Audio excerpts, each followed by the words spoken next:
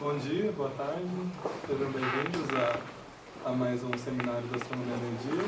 Hoje a gente tem o prazer de receber o professor Aníbal, que eu acho que muitos de vocês já conhecem.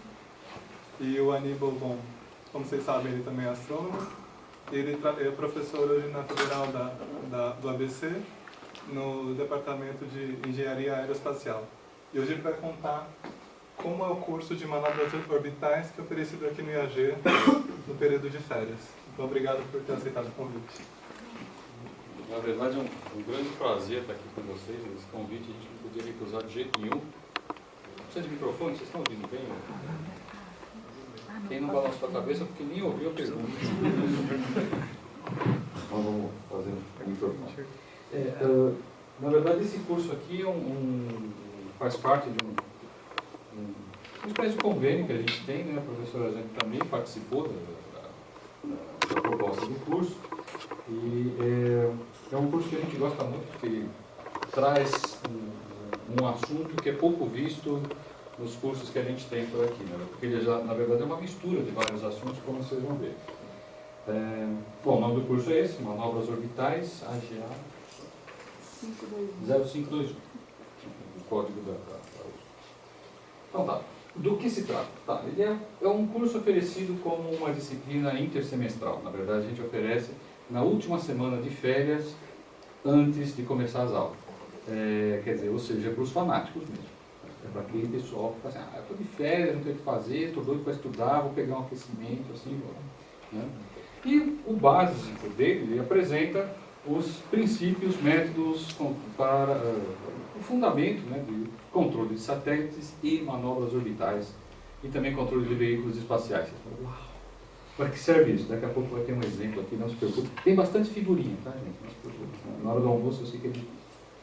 Elementa, porque a gente gosta de ter elementos e tem que ser formal, mas tem um montão de coisa. Tem gravitação newtoniana, elementos orbitais, envelhecimento de órbitas, transferência planetária, satélites artificiais, tem de tudo. Tá? Mas eu vou passar pelos detalhes aqui depois para vocês. Tá? Essa é a parte interessante. O curso é feito com uma ideia de imersão. Na verdade, a gente faz 30 horas, são 2 créditos, de manhã e de tarde e de noite as pessoas ficam sonhando com o curso. Então, é assim, 24 horas a pessoa só fica pensando nisso. Tá? Todo o material é disponibilizado previamente, o pessoal, claro, lê avidamente tudo, todo mundo já lê tudo antes de vir para a aula, né? Como qualquer aluno, né? Todos fazem isso. Está lá disponível no estudo. E nós temos aulas expositivas, principalmente de manhã, que é quando o pessoal está acordado, ainda consegue prestar atenção em alguma coisa. E à tarde a gente faz estudos dirigidos supervisionados, ou seja, a gente põe o pessoal no laboratório e eles desenvolvem pequenas programinhas, pequenas rotinas de software. A gente usa o software MATLAB, que é um software muito bom para fazer essas coisas, mas então à tarde a gente tem praticamente uma aula de programação de computadores voltado para a área científica. Tá? Isso é interessante porque quando chegar no fim, na sexta-feira, tem a grande avaliação e tem que usar os programinhas que foram feitos durante a semana. Não dá para fazer na sexta-feira. Então, vocês percebem que, além de tudo, é um curso de emoção.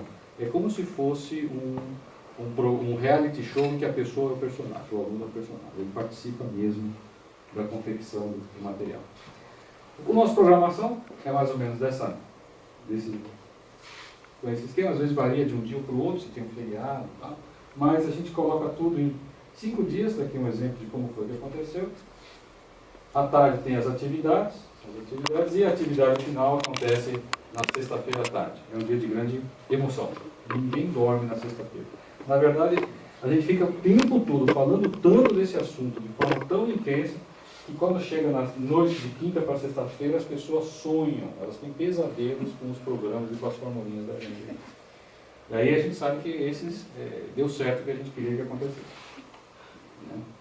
Eu vou apresentar depois agora para vocês cada detalhe desses, a gente vai mostrar como são pelo menos as aulinhas. Né? Nós não vamos dar o curso inteiro agora. A bibliografia está baseada principalmente em dois livros, a gente põe a capa aqui. E são muito fáceis de encontrar na internet. Assim. esse livro aqui, Orbital Mechanics for Engineering Students. Na verdade, não tem muito de engenharia, mas ele faz todas as deduções, tudo que tem. E esse outro livro aqui, atualmente, para qualquer curso de propulsão espacial, é a Bíblia. É o livro que é usado em todas as universidades do mundo inteiro, se vai procurar. É o Sutton, é sempre esse aqui que é usado.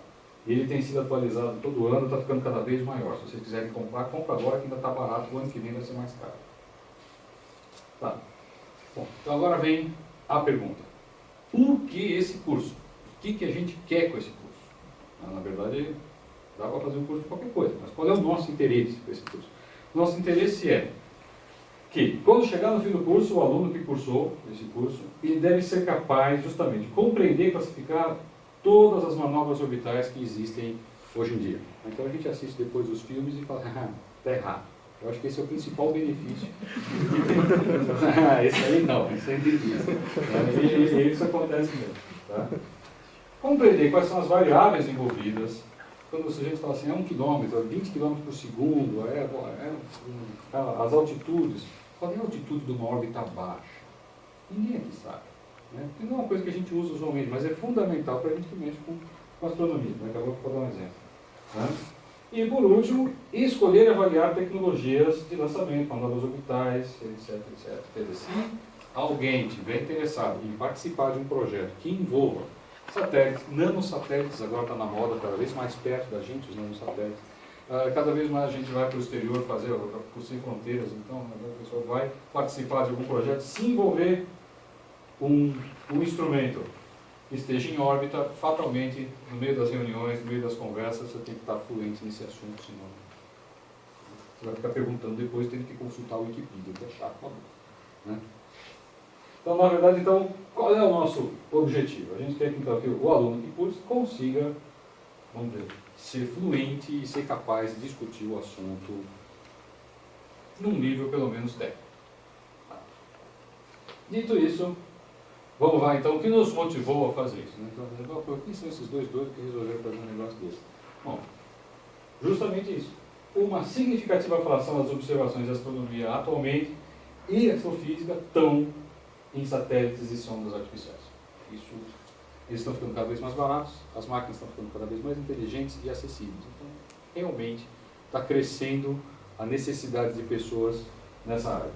E os profissionais dessas áreas têm que saber do que se trata, né? Senão fica sem graça. Né? Ok. Um exemplo de sucesso. A missão Cassini-Huygens. A missão Cassini-Huygens foi para Saturno, todo mundo sabe disso, né? Todo mundo sabe, na verdade. O que a gente não sabe é escrever Cassini-Huygens. Né? Você tem que pensar 3 vezes antes de onde vai o H, onde vai o Y e tal. Foi para Saturno e era uma sonda que levava uma outra sonda que desceu numa das luas de Saturno. A missão levava esses instrumentos todos aqui. Eu não vou ficar lendo, tá? Porque vocês veem, é uma coisa impressionante a quantidade de instrumentos que tinha nessa sonda. E a gente fala assim, nossa, um imaginador magnetosférico. Deve ter alguém que convenceu os gerentes da missão de botar esse instrumento lá, porque deve ser importante para a pesquisa dele. Um outro qualquer aqui, vamos pegar o Cosmic Dust Analyzer, parece nome de conjunto de rock. Né? Não, é coisa impressionante. Então, todos esses instrumentos montaram a sonda Cassini-Huygens a um custo de 3,26 bilhões de dólares. Né? Envolveu 3 agências de peso. Só isso aqui já deixa qualquer aluno interessado. Só de você saber que você pode estar num projeto com um orçamento de 3 bilhões de dólares que envolve 3 agências internacionais que dá quase metade do mundo, você fala assim, isso é legal. Isso é legal. Tinha reator de plutônio e tal, achei sensacional. Agora, um detalhe interessante. Como foi a viagem da Cassini? Ela foi lançada... Cadê o lançamento? Está aqui. Outubro de 97, saiu da Terra aqui. Pegou uma órbita próxima da órbita da Terra, mas se desviou, passou em Vênus 2 vezes. Nessas 2 passagens ela adquiriu velocidade e adquiriu mais energia cinética para conseguir aumentar a sua órbita. Quanto mais alta a órbita, quanto mais longe a órbita, né, do corpo central, mais energia você precisa. E isso aí significa ou combustível ou essa manobra de flyby. Quando chegou em 99, em agosto de 99, ela passou na Terra de novo e fez a mesma coisa com a Terra. Incrível, roubou energia cinética da Terra. Ganhou um pouquinho. E foi mais adiante, quando chegou em 2000, dezembro de 2000, quase no ano novo, ó, que legal. Fez a mesma coisa em Júpiter para chegar em Saturno em 2004. Ou seja, todos aqueles 3 bilhões de dólares de instrumentos levaram 14 anos. Foi 14 anos? É, quase, né? Não. 7 anos. 7 anos. Depois ela ficou 7 anos. Levou 7 anos para chegar lá e fez uma manobra complicadíssima, senão não chegar. Ok? Olha só, então os arquitetos das manobras orbitais tinham nas mãos a responsabilidade de um custo altíssimo e conseguiram fazer a coisa chegar. E chegou muito bem, aqui é o dia do lançamento, quando ela estava lá, toda bonitinha lá em cima dele. Imagina. Na hora do lançamento, pode explodir tudo. Está aqui o pessoal, né? A última vez que viram a sonda e puderam pôr as mãos nela, imaginou que legal você poder pôr uma roupa dessa assim? Você tira a fotografia com a roupa. Tá? E aqui, quando a sonda Huygens desceu no satélite de Júpiter, de Saturno, imaginou que legal você ter uma casa aqui e ver Saturno ao pôr do sol. Né? Você abre a janela e vê Saturno grande. E a sonda propiciou muitos resultados interessantes para a gente. Então agora vamos falar do curso. Uma vez que estamos motivados, já sabemos o que queremos, já sabemos como foi feito, vamos ver então os detalhes. Tá? O curso é composto de 6 partes que são levadas adiante numa certa sequência. A gente começa do básico. O básico mesmo, todo mundo sabe, mas aquilo que você sabe é 15 minutos do curso. Né? A gente fala assim, desde Newton, todo mundo sabe, né? Na verdade, eu vou contar um segredo para vocês. Manobras orbitais é você pegar as leis mais velhas que existem, as mais básicas, aquelas que são desse tamanho assim, e complicando, até que fica uma fórmula desse tamanho e o programa fica com mais de 200 linhas. É maravilhoso. Quem não gosta disso? Né? Depois entramos, então, saiu dos básicos ali, que vem lá do Kepler, Newton, Galileu. O mais difícil dessa figura foi misturar o cabelo do Newton com a barba do Kepler. Entramos aqui na parte de elementos orbitais, ainda não estamos fazendo manobras orbitais, estamos aqui definindo os nomes. Na verdade, toda essa área de manobras orbitais tem um jargão muito próprio.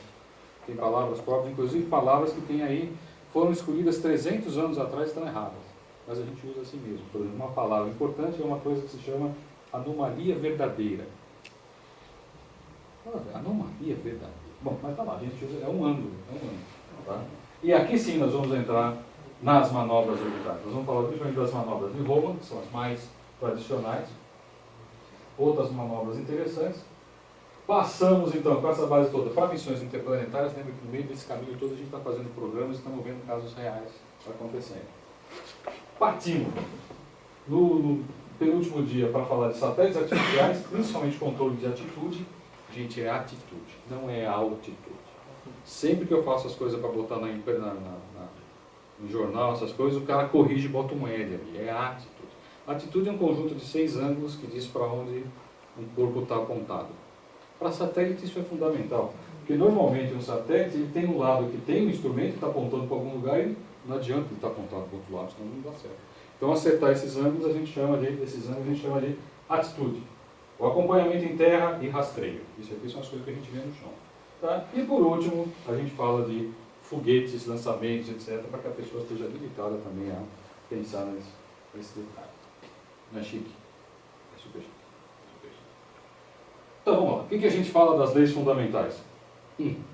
Uma revisãozinha rápida das leis de Kepler, as leis de Newton, as três leis de Newton mais a da gravitação, até aí a gente vai. Qualquer um, certo? Vamos falar um pouquinho de leis de conservação, ainda é básico, né? Leis de conservação, principalmente de energia, momento linear e momento angular. O momento angular é fundamental para manobras orbitais. Não sei se vocês sabem, as coisas em órbita estão girando. Sério. Então a conservação de momento angular é uma coisa fundamental para nós. Fundamental. Fazemos uma brincadeira divertida deduzindo as leis de Kepler a partir das leis de Newton. Vocês já fizeram isso? Tem truques. Tem que começar da terceira. Se começar da primeira, não dá certo. E depois você usa a terceira na primeira. Legal. E nisso aqui a gente já vai começando a falar do jargão, das manobras orbitais, das grandezas, geometrias, e vamos começar a falar das ferramentas matemáticas usadas na nossa brincadeira. Tá? Então, é divertido. Por exemplo, aqui é um exemplo de 4 aulinhas dessa parte. Falamos ali da lei de Kepler, lei das áreas, todo mundo sabe de cor. Né? Todo mundo sabe de cor. Segundo a lei de Newton, a gente sabe mais de cor ainda. Né? Aí a gente até bota o Newton para ajudar aqui também. Fazemos as deduções, usando já o formalismo que vai ser apresentado ao longo do curso. Existe uma normalização de formalismo no curso inteiro. E vamos apresentando os problemas clássicos. No caso aqui, o problema de 2 corpos, como é que ele foi resolvido ao longo do tempo. É claro que toda órbita, a gente sabe, ela é uma cônica. Né? Então, elas são ou círculos, ou elipses, ou parábolas, ou hipérbolas. Enquanto a gente está falando de órbitas em torno da Terra, as elipses são suficientes. Mas quando a gente começa a falar de manobras que levam para outro planeta, a gente começa a falar de hipérbolas. Então, quando entra na parte de manobras interplanetárias, nós vamos usar as hipérboles, que vai ter excentricidade maior que 1, que é divertido. Então, vamos ver quem subiu a excentricidade maior que 1. Tá. Um outro exemplo de aula divertido também. A gente precisa falar de geometria. Vocês sabiam que uma elipse tem o ponto que fica mais perto de um dos focos, e o ponto que fica mais longe do foco tem nomes especiais que se chamam periápsis e apoápsis. E se for uma elipse em torno da Terra, é perigeu e apogeu. Se for em torno do Sol, é periélio, apoélio e assim por diante.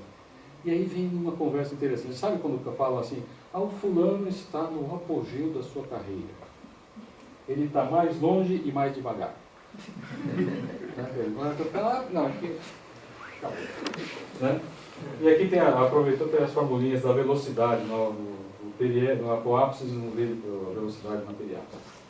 E outras relações geométricas. Na verdade, todos esses números aqui, então, a gente usa o curso inteiro.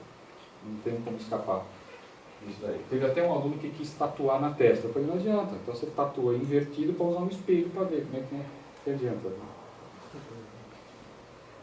Uma das pontos altos do curso, nós fazemos uma dedução da equação orbital em 12 slides. Aqui eu botei eles todos, mas eu não vou ficar discorrendo um por um para vocês. A gente faz em meia hora o que o Kepler levou 30 anos. O que é tecnologia, né? Fala a verdade. Tudo digital, tudo aplicado. Mas fazemos o mesmo caminho do Kepler usando o formalismo que a gente determinou ali. Então tem os produtos escalares, produto vetorial, tem umas derivadas simpáticas, volta às leis de Newton, tal, tudo junto. E, por último, a gente chega na dedução da equação orbital, que é essa aqui. Todas as aulas são assim, então, são sempre bem definidas, todas as deduções estão lá. Não pode ter um curso de física sem dedução. Né? Não vira papo de botequim, né? Mas sempre no fim vamos ter um resumo esclarecendo melhor essa equação. Essa aqui é a equação orbital. O que ela faz? Define a trajetória do corpo M2 com relação ao corpo M1, que a gente vai considerar como referência. Temos algumas constantes aqui, esse mizinho, o H, que é o momento angular, a excentricidade, e sempre tem a definição. Essa equação equivale à primeira lei de Kepler, que foi justamente a lei das elipses. Mais adiante, a gente sempre também coloca a explicação dos símbolos que estão na equação. Então, o momento angular, com as unidades. Aqui aparece o θ, a anomalia verdadeira. Né? A anomalia verdadeira, na verdade, é uma posição angular do corpo com relação a um dos focos da elipse. Quem deu esse nome? Foi o próprio Kepler. Não se preocupem, tem mais 3 anomalias. Essa aqui é a verdadeira, as outras não são. Né? Então a gente confia nessa. E o parâmetro gravitacional é uma composição da massa dos dois corpos. Tá? Esses slides são fundamentais para os alunos poderem fazer os programinhas depois. Na parte de elementos orbitais, nós apresentamos então todos os elementos orbitais, são 6 números, dados por momento angular específico, inclinação orbital, muito importante. Tá? Ascensão reta do nó ascendente, ficou bonito assim. A ascensão reta do nó ascendente parece um problema. Estou com uma dor na minha ascensão. Tem excentricidade, fácil. Argumento do perigeu, que é um ângulo, e anomalia verdadeira, que é um ângulo. Alguns autores ainda colocam no lugar do momento angular específico o semi-eixo maior da elipse, ou no lugar da anomalia verdadeira, a anomalia média.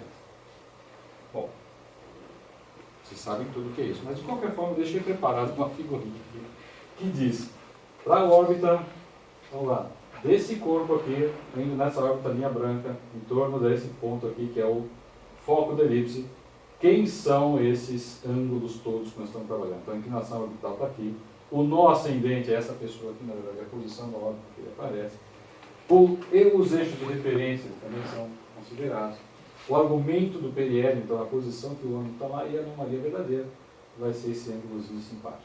A anomalia verdadeira vai virando, vai andando à medida que o corpo avança na sua órbita. Chique. Como é que a gente calcula tudo isso? Temos que fazer um algoritmozinho. Tá? Para que serve tudo isso? Bom, dada uma posição na órbita, na verdade a gente mede duas posições de um corpo na órbita, o ideal seria ter três.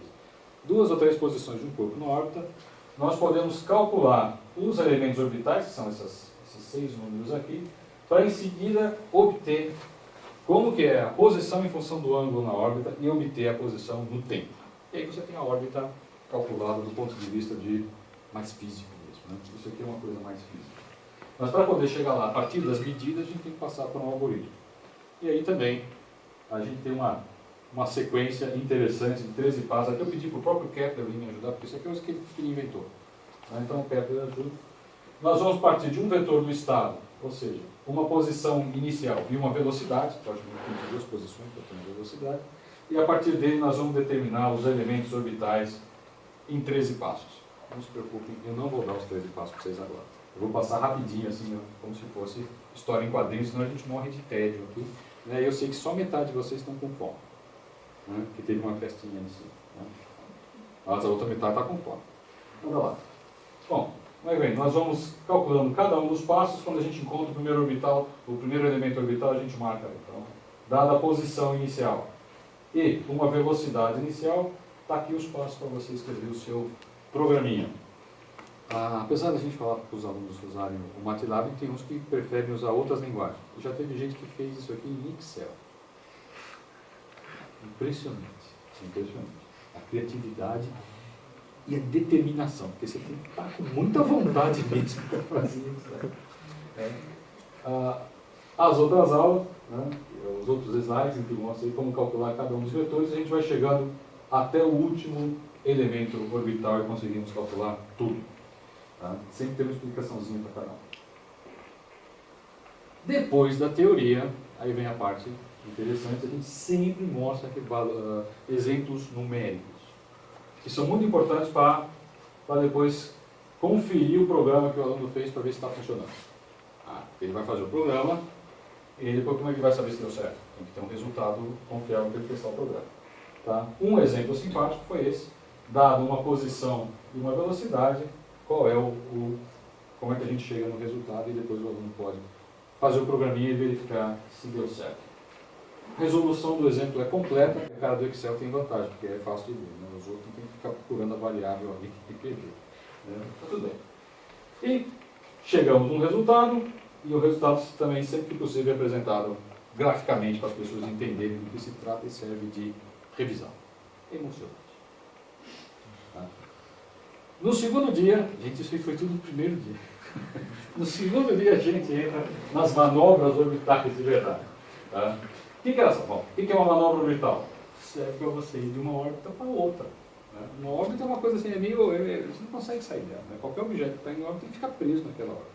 E se a gente quiser mudar de órbita? Tem que fazer uma manobra. Tá? Então, órbita inicial e final podem ser muito parecidas, muito próximas, ou ser completamente diferentes. A gente vai ver os dois casos. Então, tá aqui uma órbita interna, uma órbita externa, as manobrinhas que a gente vai fazer. Tá?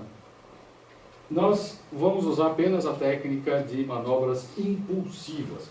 Manobra impulsiva não é aquela que você faz, tive vontade de fazer uma manobra e faz. Né? Não é. Elas são baseadas em acionamento de motores foguete próprios para a manobra. Eu vou ter aqui uma foto do ônibus espacial. Esses dois motores aqui são os motores de manobras. Tá? São os motores para manobras. Mas sempre tem, todas elas, e são baseadas no uso da terceira lei de Newton. Nós fazemos um pequeno impulso e muda de órbita. Só tem que fazer o impulso certo, no lugar certo, na hora certa. Tá. Então, cada manobra vai resultar num ΔV. ΔV faz parte do jargão utilizado em manobras orbitais. Nós queremos mudar a velocidade do corpo. Tá?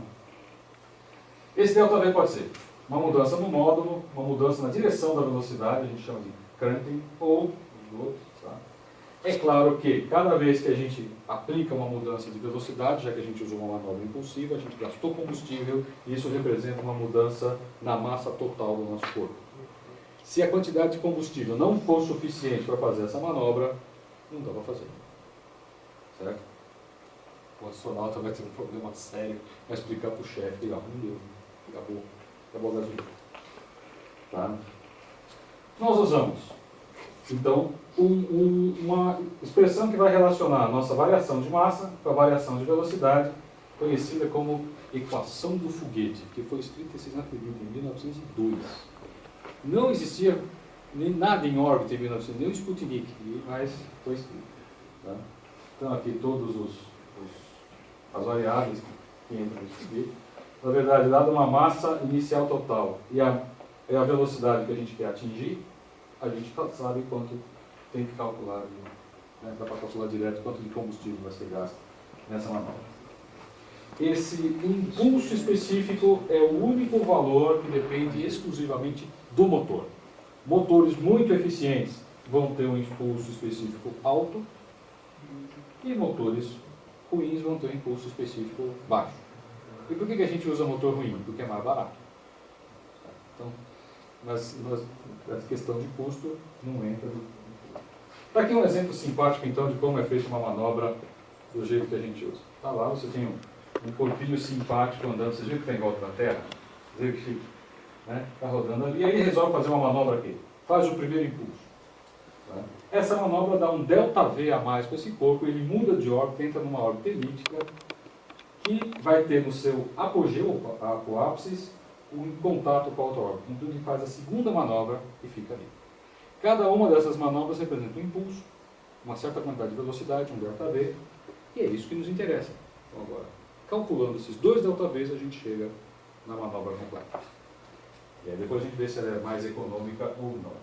Quem inventou essa manobra foi um tal de Hohmann, Walter Hohmann, que um dos alunos escreveu no comentário do programa Hellmans. Você percebe que quem faz uma manobra de Hellmans viajou na maionese, né? Mas isso é uma coisa que o curso tem também. A gente, periodicamente, sempre que aparece algum detalhe interessante que envolva alguma pessoa, a gente faz uma biografia rápida, bota ali a fotografia do sujeito, se a gente encontrou. Isso faz parte da brincadeira também. Por quê? Tudo isso que a gente fala, tudo isso que a gente ensina foi feito por alguém. As coisas não brotaram do céu ou apareceram na internet de graça. Teve uma cabeça, teve uma mente pensante por trás. Isso também incentiva as pessoas a ver, não, são seres humanos que estão trabalhando. Então, em particular, o Roma é bacana. Como que funciona, então, a manobra orbital? Nós vamos calcular o ΔV aqui, vamos calcular o ΔV ali, e de uma órbita circular para outra órbita circular é uma das manobras mais simples que tem, mais utilizadas. Normalmente, quando a gente faz um lançamento com um foguete, coloca o satélite, a nave espacial, numa órbita baixa, onde se ajustam os detalhes, tem o primeiro contato com o satélite, liga os instrumentos, vê se está funcionando, e aí ele vai para uma órbita mais alta e depois para uma órbita interplanetária. Ele não é colocado na órbita final, de primeiro, isso não existe. Em termos de números, olha só, 480 km de altitude, 800 km de altitude. São números importantes que a gente sempre passa.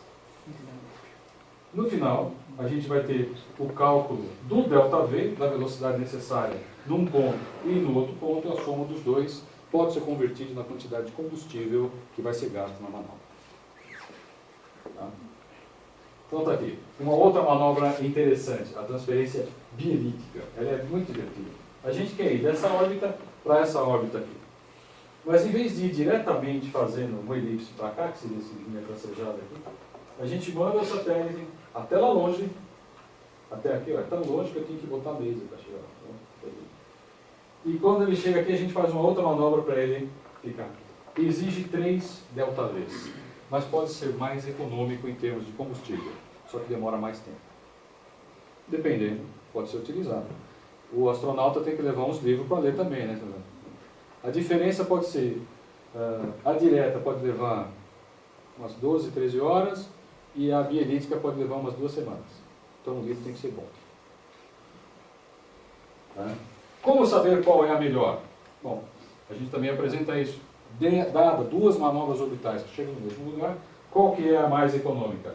Bom, existem já gráficos e técnicas de comparação entre as manobras, isso também é apresentado ao longo do curso. No caso aqui, nesse caso, a bielítica é melhor do que a Roma simples. Se o ΔV cair nessa região do gráfico, é melhor usar a simples do que a bielítica. E se ele cair exatamente no risco?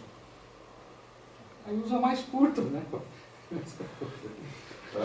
Então, isso também é apresentado para os alunos. Porque o que estão nesses eixos são as razões entre os raios da órbita inicial e a órbita final. Ao longo do caminho, eu falei para vocês que a gente faz programinhas. Às vezes tem aqueles alunos que capricham e fazem uns programas ótimos, lindos, bonitinhos. Aí bota ali os numerinhos e vai calculando tudo e dá aqui a manobra de Roman e qual é o ΔV total. O próprio Roman me ajuda aqui no curso, né? Ele diz assim, é muito bacana quando o aluno faz o programa, porque então tudo que ele não prestou atenção durante a aula, ele vai ter que ler de novo, né? E vai ter que testar, e isso realmente ajuda a fixar. Outra coisa interessante, a gente faz em duplas, né? A gente faz em dupla, e as duplas não é que exatamente competem com as outras duplas, eles adoram terminar o programa primeiro dando certo. Então eles ficam se comparando também as suas técnicas, e tem várias linguagens misturadas, né? Então, é divertido. Então, assim funciona. Outra manobra interessante é a manobra de phasing. A phasing é o quê? Imagine que você tem 2 naves espaciais na mesma órbita e elas querem se encontrar. Só que uma está um pouquinho na frente e a outra está um pouquinho atrás. Elas nunca vão se encontrar porque estão na mesma órbita. O tempo que uma dá uma volta, a outra dá uma volta, a distância entre elas vai sempre permanecer constante. Então a manobra de phasing permite que a gente tenha uma manobra de aceleração, em que ele parte com uma manobra um pouquinho mais baixa, dá uma volta e consegue encontrar o corpo que está à frente. Ou o corpo que está à frente vai para uma órbita um pouquinho mais alta, dá uma volta e acaba encontrando o corpo que estava atrás dele. Tá? São pequenas manobras de pequenos ΔVs, mas que são fundamentais para a gente poder fazer o encontro, o rendezvous. Tá? Rendezvous é francês, mas é bacana. De naves, né, de corpos no espaço. Quando o ônibus espacial ia encontrar o telescópio Hubble, nas várias manutenções que ele fez, ele tinha que usar as manobras de phasing para chegar. Uma outra manobra importante, rotação da linha de ápices. A gente tem elipse com o eixo maior num sentido, a gente precisa mudar isso de posição, também é uma manobra discutida. Outra manobra importante, mudança de plano de órbita. Normalmente o lançamento ele está restrito a alguns ângulos de lançamento, dependendo da posição geográfica da base de lançamento. Isso vai colocar o satélite ou a nave espacial numa certa range, né, uma certa faixa de planos, e se o satélite precisar passar para outro plano, temos a manobra também. Não dá para fazer tudo, né? Todas as manobras são possíveis. Tá. Por fim, no terceiro dia, a gente entra nas manobras interplanetárias, que parece uma coisa fácil. A gente tem uma órbita, por exemplo, a órbita da Terra, em torno do Sol, que é o planeta 1. A gente lança o planeta daqui, a nave daqui, pega uma órbita elíptica e faz uma manobra muito parecida com a manobra de Rowan e ele chega lá. A diferença é que, quando ele chega lá, o planeta tem que estar lá também. Porque senão ele só vai chegar na órbita do planeta, ele não vai chegar no planeta. Tá? Então, esse detalhe extra tem que ser considerado na hora de fazer essa manobra. Tá? É discutido também aí, já na segunda parte do quarto dia, a reentrada. Se a nave espacial não reentrar na faixa certa, janela de reentrada adequada, ele pode ou se chocar, se queimar com o ângulo, o astronauta não ia ficar contente, ou fazer um bypass e parar muito mais longe de onde ele já estava. Na verdade, são as manobras de absorver a energia cinética do planeta. Então, isso é discutido também, essas fórmulas são maiores. Um outro aspecto importante, principalmente o pessoal que vai fazer astronomia, vai trabalhar com observações, é, dado um satélite numa órbita inclinada, claro, em torno da Terra, a trajetória que ele traça em cima do planisfério terrestre vai determinar onde estarão as estações terrestres que vão conseguir obter dados desse satélite. Se ele ficar muito tempo longe das estações, ele vai perder dados. Então a gente tem que também calcular isso. Isso então, a gente também é discutido. Por exemplo, nós temos uma estação do INPE em Cuiabá. Esse aqui é o caso de um satélite, é um caso real, é o CIBERS 2B, é um satélite verdadeiro. Ele, sobre a Terra, ele faz essa trajetória que a gente chama de ground track, por falta de imaginação. A gente deu esse nome por falta de imaginação. E a estação de Cuiabá só vai conseguir obter dados, se comunicar com o satélite quando ele estiver nesse círculo aqui, que é onde a antena dela consegue captar. Todo o resto do espaço, todo o resto da trajetória do satélite, ou a gente paga para obter dados de outras estações que estão espalhadas pelo mundo, ou a gente põe no satélite bastante memória para ele armazenar essas informações. Tá? É apresentado também uma lista das principais redes de estações terrestres, por exemplo, essa aqui é a rede da NASA, que tem quase 10 estações espalhadas, mas vejam, perto do Equador. Né? Satélites que estariam em órbitas polares acabam ficando longe dessa rede. É uma rede muito interessante, muito usada também. Por fim, vamos falar de controle de atitude. Entram aquelas fabulosas fórmulas do Euler, que todo mundo gosta, né? Aqueles 3 anos, aquelas matrizes, aqueles versores, todo mundo gosta disso. Né? O pessoal aí. E é, qual é a intenção?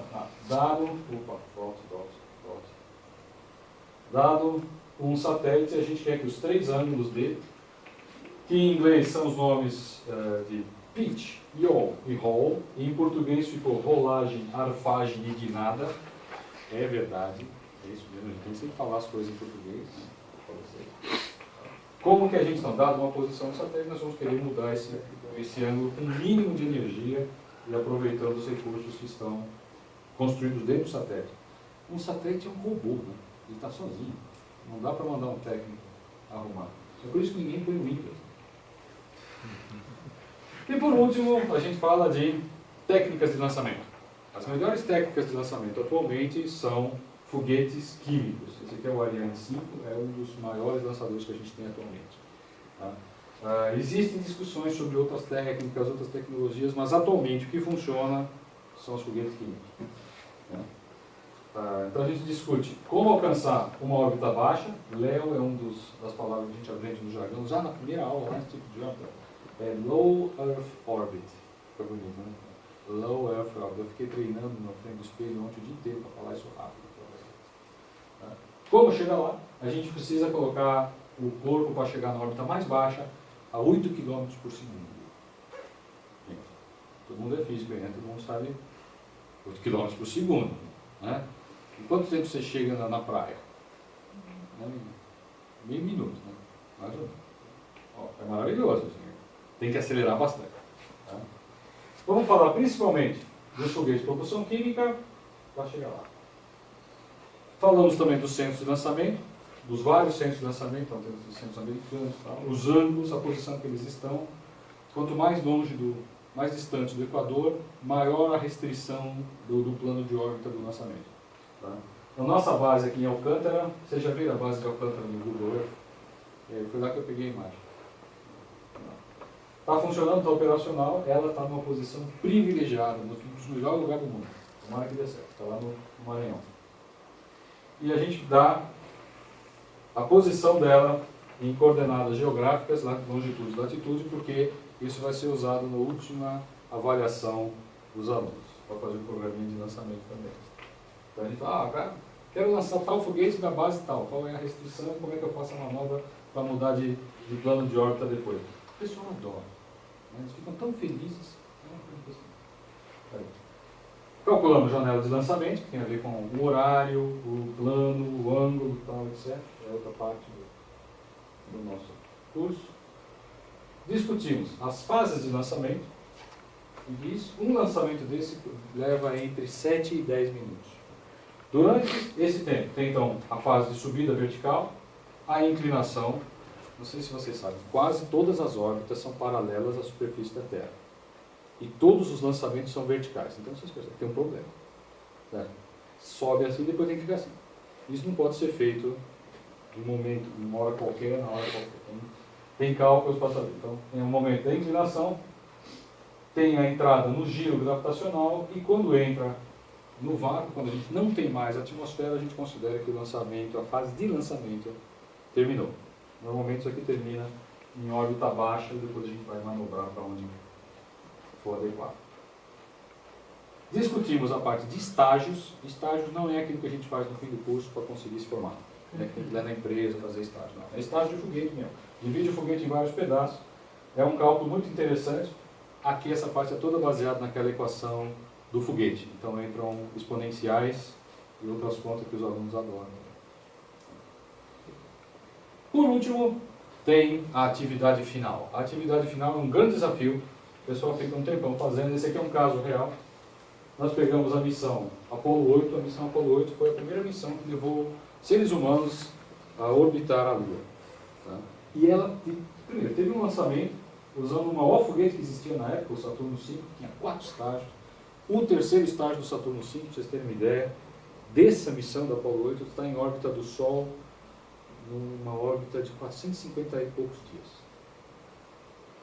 Quer dizer, a gente não polui só a atmosfera em volta da Terra, a gente polui o sistema solar inteiro, mas a gente é bom nisso. Né? Está aqui o esquema oficial da missão, aí a gente faz uma série de questionamentos depois, e vão ser usados programinhas desenvolvidos ao longo do curso, para tentar descobrir os números verdadeiros.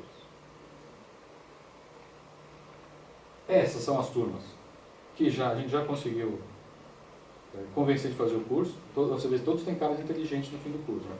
Né? Todos ficam ali, todo muito feliz, tal, muito bacana. Essa aqui foi uma visita para o INPE, que a professora Jane levou os alunos para conhecer lá o Centro de Acompanhamento de Satélites do INPE, muito interessante. E, por fim, boto para vocês uma foto do VLS, da única vez que ele conseguiu ser lançado. Mas foi teste, não tinha nada para ser carregado. É isso aí. Perguntas?